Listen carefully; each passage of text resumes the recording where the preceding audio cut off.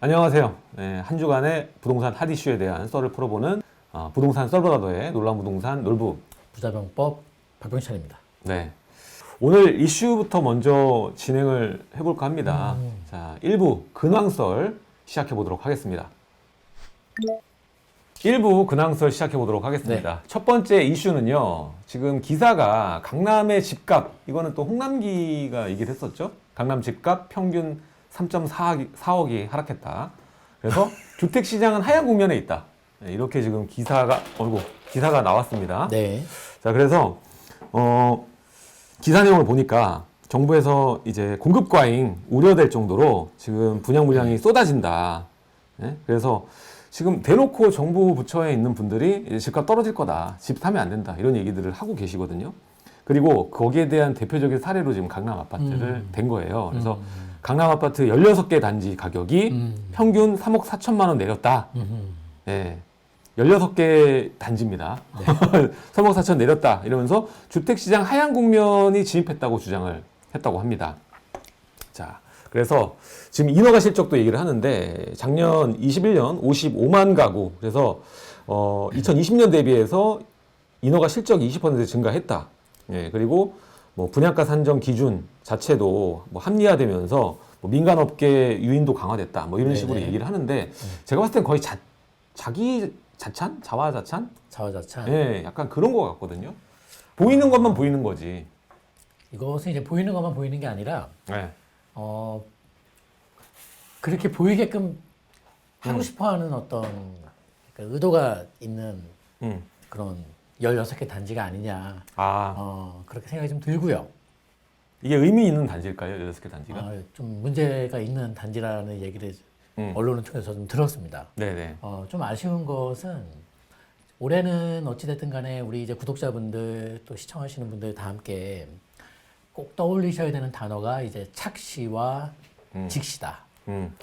분명히 이 착시에 빠져서 2022년도를 오판하실 분들이 계실 것이고 또 이렇게 좀 복잡다변한 상황입니다만은 정확한 본질을 직시하는 분들이 계실 거다. 전문가 시장도 그렇게 나뉘지 않을까.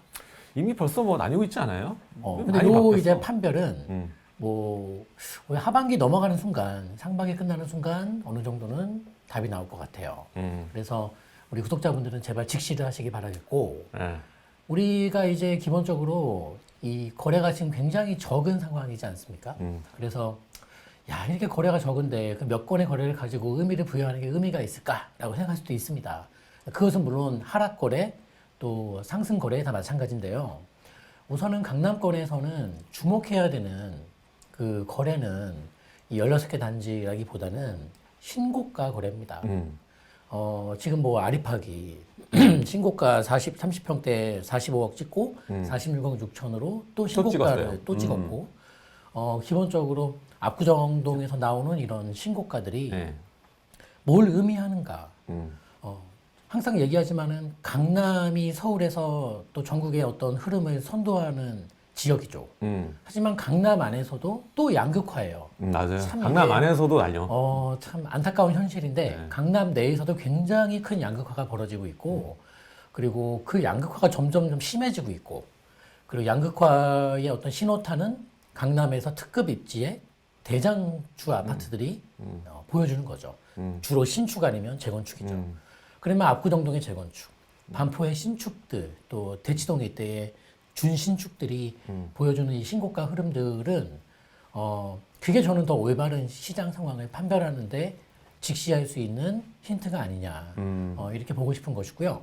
그리고 기본적으로 지금 이 시장은 이 중저가 시장의 급매물과 초고가 시장의 신고가 굉장히 어떻게 상반되는 움직임이 나오고 있는 것인데 한 가지 우리가 확실한 것은 이제 그겁니다. 이제 기본적으로 그 원인은 그 왜 이런 일이 벌어지냐 이거는 이제 지난 시간에 설명드린 것처럼 우리가 이제 그 일시적 2주택자 비과세 매물들이 어찌됐든 급매물로 나오고 있는데 그게 초고가 시장보다는 중하급지에서 중저가 시장에서의 1주택, 일시적 2주택 비과세 매물들이 많이 나오고 있기 때문에 그런 현상이 벌어지는 것이고 시장은 신고가, 이 초고가 시장의 신고가, 중하위권 시장의 하락거래. 그래서 우리가 좀 더 시장을 선도하는 의미 있는 거래는 이 초고가 시장에서의 신고가다. 이렇게 일단은 해석하면서 대응하시는 게 올 6월, 7월, 8월 넘어가면서 하반기 시장의 어떤 흐름을 예측하는 데 있어서는 조금 더 의미 있는 상황이 아니냐 그렇게 보여집니다. 올해가 제일 판단하기 어려운 시장이에요. 예. 사실 어려워 보이는데 어렵진 않아요. 겁이 나지 근데. 그렇죠. 이제 외부 요인들이 이제 복잡해 보이는데 우리 그 뭐죠? 이렇게 매직아이라 그러나요? 되게 복잡한데 이렇게 네. 뚫어져라 계속 보면은 이제 심플한 숫자나 뭐가 나오잖아요. 나오는 거. 모양들이 네. 그거랑 비슷한 거예요. 네. 뭐 이 대표적인 사례 든 단지들 보게 되면은 뭐 강남 아파트 안에서도 이 노년일 때 그 뭐 어느 정도 연식이 된 아파트나 뭐 이런 것들을 사례로 두고 일시적 이주택자의 그 갈아타기 매물들이나 이런 것들도 있고 갈아타기 종착지도 있잖아요. 네. 그래서 이 거래 간의 상반감이 또 금액 차이도 워낙 크고 특히나 이제 실수요장일 때 특징이 양극화가 더 도드라지게 나타나는 또 특성도 있습니다. 그래서 지금 서울 전체로 봤을 때도 상급지, 하급지가 나뉠 때 그 양극 현상이 심각하게 벌어지고 있고 특히나 이제 거래량이 2,000건도 안 되는 이 상황에서 당연히 거래가 되면 일정 우리 호가보다 낮은 금액대로 거래가 되잖아요. 네. 그거를 가지고 이게 평균 전체인 것처럼 이렇게 생각을 하게 되면 오류에 빠질 수가 있다는 거죠. 그래서 시장이 정말 떨어지나? 라고 생각할 수 있는데 지금은 두 가지를 기억하시면 될 것 같아요. 일단 실수요장이고 두 번째가 또 대출 규제나 뭐 이런 것들도 있지만 그 거래가 아예 안 되잖아요. 규제로 인한 뭐 대출 규제로 인한 뭐 있지만 어쨌든 간에 그런 모든 요인을 합하더라도 거래량이 바닥인 상황. 이 두 가지가 맞물리면서 착시를 보일 수 있는 금액대, 평균의 오류, 통계의 오류 이런 게 나올 수 있다는 거를 아시고 여러분들이 꼭 보셔야 되는 부분들 아까도 말씀해 주셨지만 지금 이런 하락만 집중할 게 아니라 이 신고가가 터지는 애들은 왜 나왔으며 이 신고가 터지는 아파트들의 공통점은 뭔가 이런 거를 보시면서 본인의 그 판단을 정확하게 하시는 게 제일 중요한 시장이 아닌가 생각이 듭니다. 그리고 이제 그것도 있어요. 우리가 이 부동산은 어찌됐든 그 지역이든 가격대든 수평적이지 않고 수직적인 서열을 나타내는 특성을 강하게 띠고 있는 재화인데 선행하는 부동산, 선행하는 지역, 또 네. 후행하는 부동산, 후행하는 지역 이렇게 상하로 나뉘어집니다. 이것은 올라갈 때도 시장을 선도하는 선행 지역과 부동산들이 있고 시장이 떨어질 때도 시장을 선도하는 선행 지역과 부동산이 있어요. 오르든 떨어지든 시장을 선도하는 것은 중하위권 부동산들이 절대 아닙니다. 2008년도 우리 금융위기 터지고서 서브프라임 때 큰 하락을 맞이했을 때도 강남에 그 당시에 유명했던 타페, 우리 타워 팰리스가 가장 먼저 정말 뭐 이거 왜 그러지 할 정도로 급격하게 추락이 시작했었고 제일 먼저 빠졌고 제일 많이 빠졌습니다. 타워 팰리스 반값 경매 쳐보시면 옛날 뉴스 우리가 나오거든요. 십몇 년 전 그 금융위기 때 뉴스가. 네. 그러니까 이거를 아셔야 되는 거예요. 시장을 선도하는 부동산이 뭐고 선행하는 게 무엇인가를 우리가 그 기본 원리만 숙지하고 있어도 우리는 착시에 빠질 확률이 굉장히 줄어들면서 직시할 수 있다는 것입니다. 무조건 올라야 된다, 오를 것이다. 이렇게 어떤 그 프레임에 갇혀서 드리는 말씀이 아니라 시장을 선도하는 것은 아무리 시대가 바뀌어도 초고가 시장에서 벌어지는 것이고 더 예민하게 반응이 나옵니다. 그냥 돈이 많다고 돈 많으니까 뭐 46억 사지 30평대 이게 아니라는 거예요. 그렇게 생각하는 사람 되게 많아요. 네. 그 사람들은 돈이 많으니까 그렇지 우리랑 다른 얘기다 뭐 이렇게 얘기하시는 예. 분들이 있는데 다 똑같아요. 이 금융위기 되고 뭐 일단 뭐 위기감이 오거나 하락의 뭐 상황이 오면 뭐 혼자 가거나 뭐 이런 케이스는 드물다고 보셔야 돼요. 아예 뭐 하이엔드급이나 이런 것들도 주춤하거든요. 거래량 부족해져요. 똑같아요. 예. 그래서 여러분들이 그런 착각 뭐 이런 거에 안 빠지고 시장을 보셨으면 좋겠습니다. 아무튼 처음 제목을 요거랑 잡아서 그렇게 잡은 거예요. 이런 그 내노라는 뭐 네. 홍남기 포함해서 이 정부의 그 주도 세력들이 이제 공급 물량이 이만큼 대기를 하고 있으니까 떨어질 일밖에 없고 봐라 벌써 떨어지고 있다. 뭐 여기에 대한 그 근거를 모아오기 위해 그 아파트들을 또 모아서 그 중에서 하락거래 나온 16개 단지를 모아서 이렇게 보여준 거에 대한 그런 얘기를 좀 해봤습니다. 아무래도 선거가 네. 신경이 많이 쓰이겠죠. 그동안 욕을 많이 먹었습니다만, 질타도 많이 받았습니다만, 이 정책이 효과가 없지 않다. 이러한 집값 안정책의 효과가 이 정부 정책 이제 임기 막판에 발휘되고 있다. 뭐 이런 식의 프레임과 착시 현상을 우리 시장 참여자분들에게 보여주고 싶어하는 욕구가 강한 것 같아요. 그래서 그 의도가 너무 뻔히 보이는 것을 그렇게 높으신 분께서 대국민을 상대로 말씀하시는 거에 있어서는 이렇게 어떤 본인의 뜻을 내비치기 위해서 또 정부의 어떤 의지를 관철하기 위해서 이런 중요한 객관적인 지표를 가지고도 이렇게 얘기한다는 것은 굉장히 안타까운 상황입니다. 네, 맞아요. 이게 보고 싶은 대로만 보이는 거지, 어떻게 보면. 그리고 이걸 그대로 했을 때 여기에 대한 영향력, 이 단어, 이 언급되는 일들에 대한 영향력이 큰 거는 사실 무주택자분들. 네, 이게 제일 많이 가장 휘둘릴 강할 수밖에 거예요. 없거든요. 그리고 헷갈리는 분들이 이제 1주택자분들. 네. 그리고 이제 다주택자분들은 그러든가 말든가 못 파는데 뭐 어쩌라고. 아무것도 할 수가 없죠. 못 파는데 어쩌라고. 네, 이런 아무것도 할 수가 상황이거든요. 없는데. 근데 1주택자 매물만 뭐 정말 여기 영향력을 미쳐가지고 나온다고 해도 뭐 폭락이 나오거나 이럴 가능성은 전 거의 없다고 생각이 듭니다. 자, 요거와 맞물리는 또 얘기를 좀 해보겠는데요. 이번에는 인구 이동에 관한 얘기예요. 지금 제가 아까도 두 가지를 지금 봐야 된다고 얘기를 했잖아요. 지금 거래 그 정상 수준이 아닌 2,000건 이하면 사실 정상이 아니잖아요. 대략적으로 뭐 아무리 안 나와도 뭐 5,000건 정도는 4,5,000건 정도는 돼야 되는 건데 그게 2,000건도 안 돼.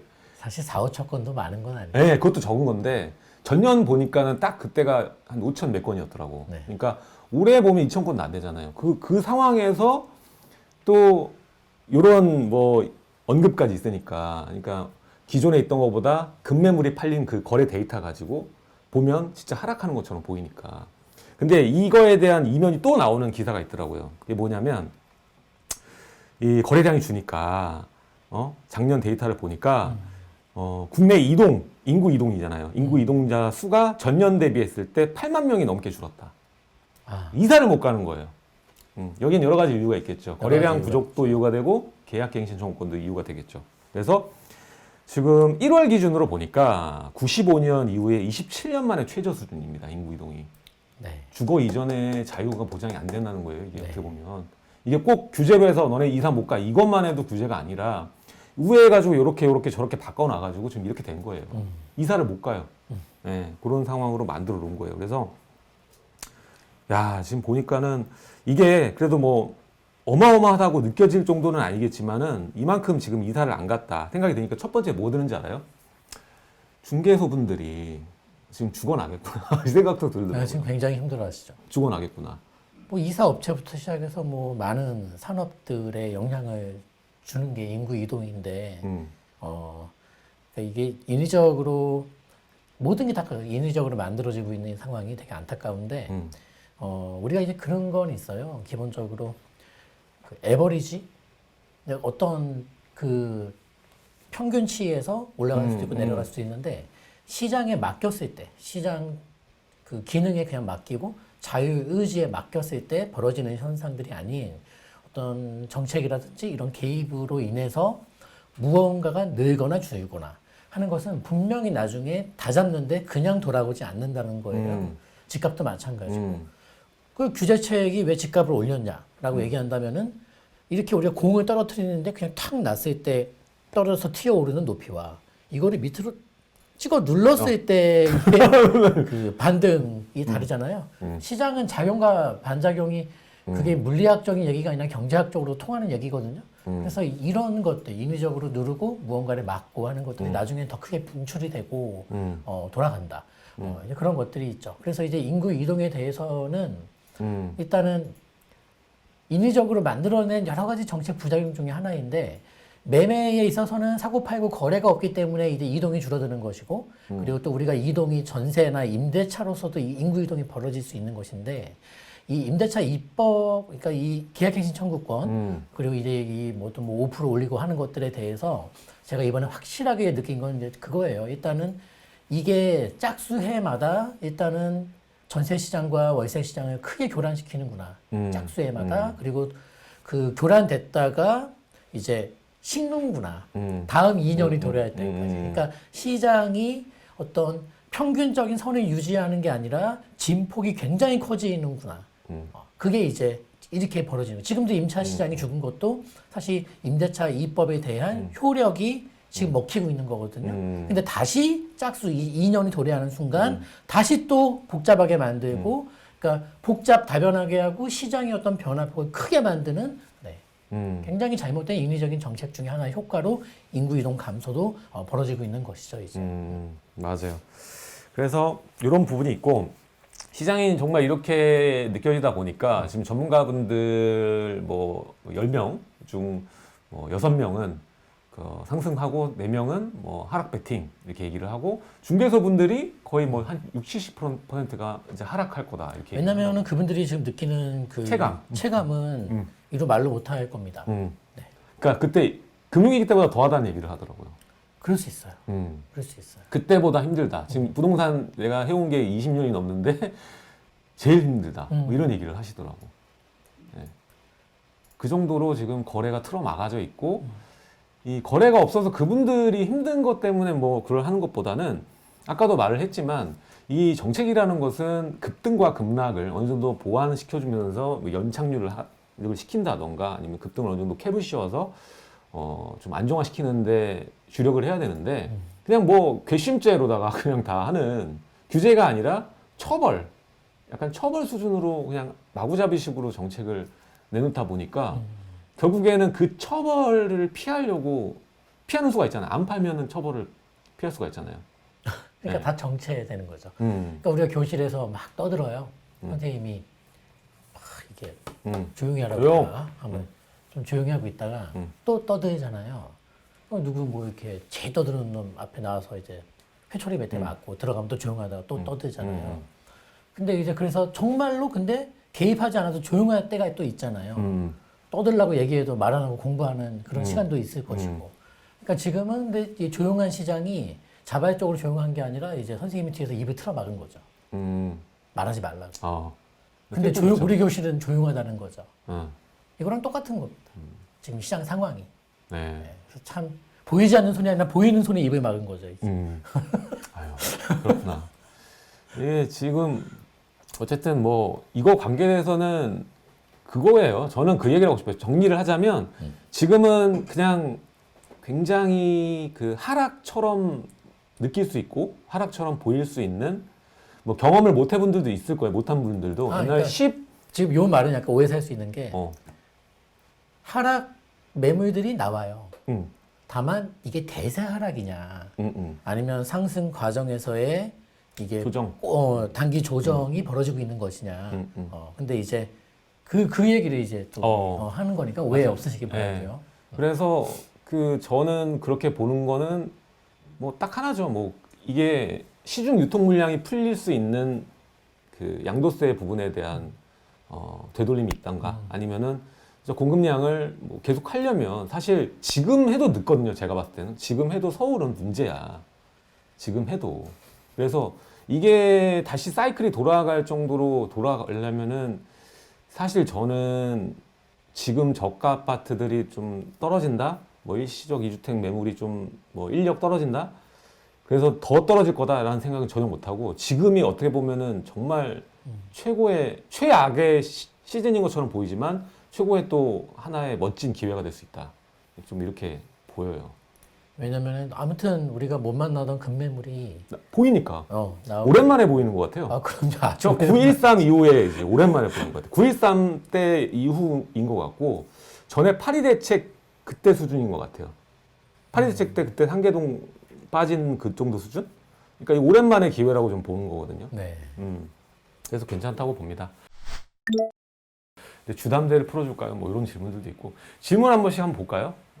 주담대도 때가 되면 풀어줄 수 있죠. 아니 풀어주게 되어 있죠. 근데 기본적으로 우리가 그러니까 이것만 보시면 좋겠어요. 나는 그러니까 어떤 정책의 어떤 부작용의 정중심에 있는 우리 시청자분들이 계시거든요. 네. 정말 힘들죠. 근데 이제 어떤 정책이든 그게 시장에 긍정적인 영향을 주는 정책이든 부정적인 영향을 주는 정책이든 정책은 영원할 수가 없잖아요. 이게 시대에 따라서 계속 바뀌는 것이고 그러다 보니까 지금 유지되고 있는 여러 정책들이 저는 살아남을 수 있는 정책이 별로 없을 것 같은데 길게 내다봤을 때 얘기하는 겁니다. 다 바뀌어 있지 않을까 싶고요. 지금 먼 미래에서 2020년도, 요 2022년도, 2017년도 요 5년간에 돌아본다면은 굉장히 저는 역사적으로 많은 논쟁이 붙을 시대를 우리가 지금 살고 있을 거다. 아, 정말 대한민국에서 이런 정책을 썼었구나. 이런 대화를 하면서 미래 사람들이 지금 과거, 그분들의 입장에서 과거인 현재 우리 모습을 그렇게 바라보지 않을까 싶어요. 맞아요. 좀 이게 근데 전에 했던 정책들이 또 나오고 그러니까 하니까. 되게 아쉬운 거죠. 왜냐면은 저는 사실 이제 뭐 준비되셨다고 우리 예전에 그 대통령 후보 슬로건이 준비된이었잖아요. 그래서 아, 준비가 되셨나 보다 했는데 전에 거 쓸 준비가 된 거지. 참 그 15년 전 정책을 그래요. 그렇게 갖다 쓰면서 많은 전문가들이 다음에 차를 움직일 거다, 말을 움직일 거다, 다 예상하잖아. 뭐 포를 이렇게 넘길 거다. 다 맞출 수 있었던 것은 15년 전 정책을 그대로 갖다 쓰면서 그 순서까지 같으면서 토지거래허가 20제곱미터를 18제곱미터로 바꾸는 수준 이런 것들은 참 안타깝죠. 지금 이 아파트 6제곱미터로 28일부터 그렇죠, 그렇죠. 네. 초소형 아파트. 그것도 좀 아쉬워. 네. 그렇게 할 거면 제대로 뭐 하던가 뭐 아파트 뭐 그렇게 한다고 하니까 조금 어이가 없는데. 자, 요거 질문들 또 한번 볼까요? 요거 한번 해볼까요? 네. 이분은 좀 애매할 것 같긴 해. 3주택자인데 대선 후에 양도세 완화할 때 꼭 매도를 해야 될까요? 김포 장기역 바로 옆 아파트입니다. 네, 이렇게 얘기를 하시네요. 그러니까 지금 뭐 3주택자분들 머리 아프잖아요. 아무것도 못 하는데 유일한 돌파구와 희망이 우리 두 대선 후보자분들 유력 후보자분들께서 내가 대통령이 되면은 이 다주택자 양도소득세 완화를 아무튼간에 좀 추진하겠다 이런 이제 공약이기 때문에 희망을 갖고 계신 건데 네. 저는 이렇게 봐요.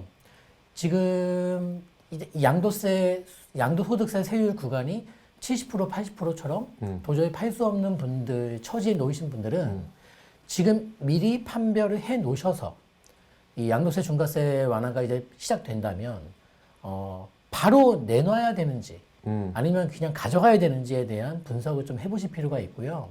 예, 김포에서 정확히 어떤 단지인지 얘기는 안 해주셨는데 여기서 또 우리가 안티를 만들 필요는 없을 것 같습니다만은 그거를 팔고 뭘 할 것인가에 대해서 방향이 쓴다라면은 분명히 팔 것들이 있고 이게 팔고 다른 거 하는 게 좋겠다라는 게 답이 매겨졌다면은 지금 빨리 정해 두시고 그 정책이 시작되면 바로 내놓으세요.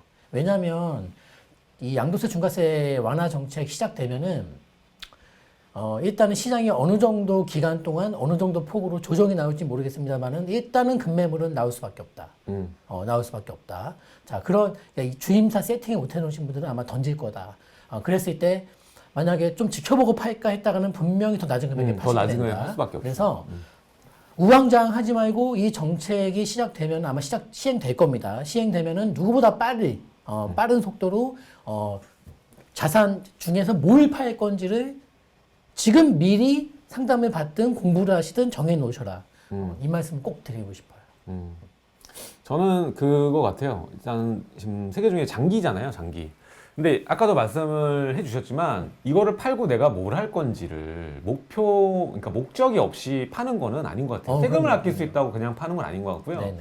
장기도 나름대로 GTX 관련 호재도 있고 김포는 제 생각에 이 정책이 거의 마지막에 또 규제적으로 된 지역이기도 하고 조금 아쉬운 지역이기도 해요. 그래서 전 나중 생각하면 김포가 괜찮은 지역이라고 생각하기 때문에 아파트 값도 그렇고 그래서 지금 당장은 뭐 이게 좋은 물건인지 모르겠다라는 생각이 드시겠지만 굳이 제가 봤을 때는 목적이 없으면 파실 이유는 없을 것 같아요. 장기는. 네. 그러니까 뭔가를 팔기 전에는 항상 목적을 네. 팔고 뭘 할 건지 이 부분을 팔고 보자는 대체로 실패합니다. 네. 요것도 좀 얘기하면 재밌을 것 같은데 영종도. 영종도에 어떤 영종도 지금 진입하면 빠른 타이밍인지 아파트를 여쭤보시는 건가? 그러겠죠. 영종도 아파트. 저는 가급적 실거주자분의 질문이시기 바라고요. 우리 이주영님께서 네. 여쭤보셨는데 저는 좋게 봅니다. 또 이제 어찌됐든 인천에서 우리 송도, 청라, 영종이 띠는 의미 그리고 이 세 지역의 어떤 연계성이 네. 추가적으로 계속적으로 확충이 될 것이고 시너지도 날 거예요. 그 연계성 확충이 지금 좀 안 돼 있죠. 각각 따로 놀고 있다는. 그리고 이제 또 청라도 그렇고 송도도 그렇고 영종도 그렇고 아직 각각의 그 모습들이 변화의 정도가 끝난 게 아니잖아요. 한참 더 변할 것들이 남아 있잖아요. 그렇게 이제 보는 것이고 다만 이제 인천시 전반적으로 올해 내년에 이제 많은 입주 물량이 시장 전반적으로 또 전세 시장을 시작으로 해서 이 매매 시장 또 청약 시장까지 미칠 영향들이 있습니다. 그래서 그 단기적인 어떤 눌림목에 대해서 좀 인내하고 그냥 편하게 넘어갈 수 있으려면 가급적 실입주자 분이시기를 바라는 것이고 단기적으로 그런 좀 복잡다변한 뭐 전세가 눌리고 매매가가 좀 쉬어가는 이런 일이 벌어진다 한들 장기적으로 본다라면은 인천의 그 세 지역 우리 경제자유 특구였던 송도, 청라, 영종은 지금보다 더 많이 변할 것이고 더 많이 오를 것이다.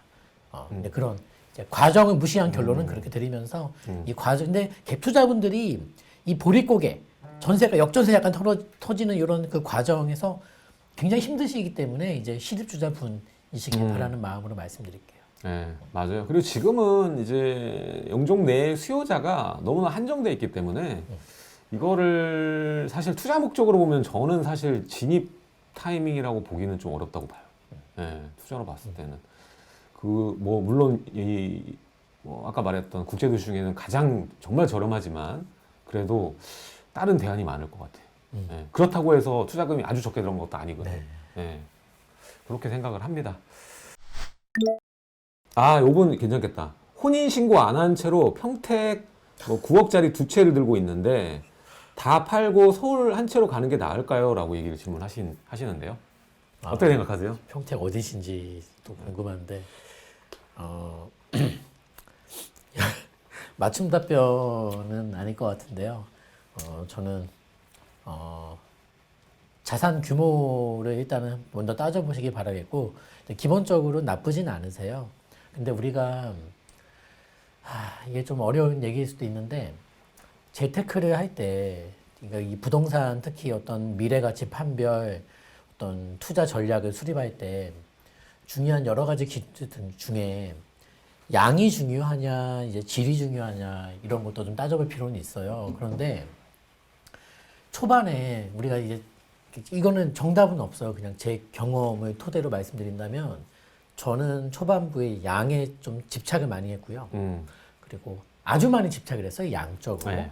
그래서 그게 어느 정도 이제 궤도에 오르면은 질을 추구하면서 포트폴리오를 다듬고 이 개수가 좀 줄어들면서 하나하나의 규모가 좀 늘어나는 어떤 외형적인 매매가의 규모를 뜻하는 겁니다. 면적 그런 거 말고. 그래서 그런 쪽으로 양과 질을 어떤 자산의 형성 과정에서 이렇게 시소처럼 움직이기 전 맞다고 보는데 초반에 양을 추구하는 게 맞아요. 다만 평택의 그 두 아파트의 어떤 총 매매가의 자산 규모의 합계액이 서울의 아파트에 비해서 너무 지나치게 크다. 그러니까 쉽게 말하면 서울에 살 아파트가 평택의 아파트 두 채의 매매가 합산액보다 너무 왜소할 정도로 떨어진다라면은 그거는 반대해야 되겠습니다만은 얼추 비슷한 자산 규모를 나타낸다라면은 평택의 두 채에서 서울 한 채로 가는 것은 나쁘진 않아요. 다만 제가 이 서두에 이 양과지를 왜 말씀드렸냐면 오해를 사실까봐 무조건 외곽권은 두 채든 세 채든 다 팔고 서울이 좋구나 이게 아니라는 거예요. 일단은 자산 규모의 양적인 측면이 어떤 하나의 질적인 측면을 압도하는 초과 수익들이 굉장히 많이 발생합니다. 근데 다만 평택의 두 채 정도라면은 얼추 서울의 한 채와 외형적인 규모는 비슷할 것 같기 때문에 그렇게 말씀드리는 건데 그게 큰 차이가 벌어지면 안 돼요. 그 갈아타긴 대부분 실패해요. 그리고 이제 경기도권 얘기 잠깐 나와서 말씀드리면은 평택은 올해 일단 좀 쉬어야 돼요. 이제 기본적으로 이제 두 가지 의미가 있는데 평택의 대장인 고덕신도시 때 흐름을 가만히 보면은 일단은 전세가율이 많이 낮은 상태인데 이게 뭘 뜻하냐면은 우리가 수요는 두 가지가 있어요. 실수요와 가수요. 가수요는 투자 수요라고 부르죠. 뭐 갭 투자든 뭐든 입주는 안 할 건데 전세 끼고 사는 이 두 가지 수요가 다 중요해요. 강남의 수요가 항상 대기하고 있는 것은 가수요가 없으면 실수요가 있고 실수요가 좀 헤매고 있으면 투자 수요가 들어오고 이 두 수요가 함께 들어가면 폭발하는 것이고 하는 것인데 이 평택에서 제가 전세가율이 많이 내려왔다라는 말의 뜻은 뭐냐면은 전세를 끼고 누가 집을 산다라고 했을 때 투자 금액이 너무 많이 들어간다는 소리다 보니까 이렇게 되면은 가수요가 줄어들어요. 대안이 많아지지. 그리고 일단 매매가도 오르면서 대출 규제 실수요도 허들이 좀 많이 생기고 있고 하다 보니까 올해는 좀 쉬일 건데 서울도 마찬가지예요. 전세가율은 내려왔습니다만은 그 폭발적으로 오르기 시작했던 초입에서 전세가율에 비해서 지금 서울, 경기, 인천 다 전세가율이 내려왔는데 그나마 서울은 낮은 전세가율 속에서도 헤쳐나갔던 경험치가 있는 도시라면 이 외부 지역들, 외곽 지역들은 그렇지 않다라는 거죠. 물론 그 지역들도 이번에 그 낮은 전세가율에서 우리도 오를 수 있다라는 것을 체득하고 보여줄 수도 있어요. 하지만 시간이 필요합니다. 그래서 이제 기본적으로 방향성은 나쁘지 않은데 자산 규모를 확인해보자. 이런 틀이니까 지금 우리가 이런 아파트 갈아타기 하나에 가지고도 알아야 되는 원리랑 이치, 경험치가 되게 많이 필요합니다. 네. 일단 저도 이제 얘기를 해드리면 평택이 2018년, 2018년이에요. 18년에 그때 기사에 계속 등장했어요. 여기가 뭐 끝없는 뭐 입주 물량과 뭐 하락 얘기가 계속 나왔던 자리거든요. 그때 저는 오히려 그 지역에 투자금이 최소로 들어갈 타이밍이니까 좀 추천을 드렸었고 또 작년에도 그 판교처럼 좀 잘 될 수 있는 도시를 택하자면 네. 이 도시가 될 것이라고 평택을 뽑은 적이 있어요. 그래서 그때 이후로 그 얘기를 왜 하냐면은 이미 진즉에 말을 좀 해서 왔었고 많이 올라왔다라는 얘기거든요. 그래서 많이 아까도 올랐죠. 말했지만 많이 계속 올랐어요. 사이클이 있어요. 올라갔다가 좀 주춤했다가 가고 다이어트도 한 번에 뭐 열심히 하루 종일 운동한다고 해서 빠지는 게 아니듯이 네. 가격 상승도 마찬가지거든요. 그래서 지금 타이밍이 시라면 일단 두 분이 혼인신고 안 했다는 것은 각각 가지고 있을 테고 그리고 비과세를 살릴 수 있는지 없는지가 굉장히 중요할 것 같아요. 저는 그래서 혼인에 의한 일시적 이주택 비과세는 한 번밖에 써먹을 수 없는 거잖아요. 그러니까 저는 사실 써먹고 서울로 올라오는 게 낫다고 봅니다. 갈아타기를 더 늦추지 말고 지금 이 시기가 어떻게 보면은 평택은 한참 올라온 때고 서울은 조금 이렇게 그러니까 주저앉은 형국이거든요. 그래서 오히려 이 금액 가지고 중가 정도 되는 아파트 그 너무 이제 외곽에 있는 아파트 말고 중가 정도 네임밸류가 어느 정도 있는 지역의 아파트를 사놓게 되시면 그 정말 좋은 선택이었다고 아마 생각하실 정도로 좋은 기회가 아닌가. 오히려 질문을 오늘 잘 주신 것 같다라는 생각이 많이 듭니다. 서울 오시면 이제 혼인신고도 하시죠. 그죠, 하죠 이제. 혼인 때문에 써먹었으니까 이제 그만 써먹고 하시면 좋을 것 같습니다. 일부러 그런 거지. 이게 서로 하다가 이제 혼인신고 하면은 각 하나씩 운영할 수 있으니까. 그러니까 그런 현상과 그런 행동을 하게끔 만든 게 정책이라는 게 안타까울 뿐입니다. 맞아요. 근데 이분은 이렇게 혼인신고 안 한 상태로 두 개를 또 정리하면 혼인신고 또 안 한 상태로 매수를 할 거예요, 또. 그리고 또 두 번째 주택도 매수를 할 거야. 도대체 언제 내가 봤을 때 그럴 것 같은데요? 내가 봤을 때 그만하고 혼인신고 하세요, 이제. 내가 봤을 때 그럴 것 같아요. 네.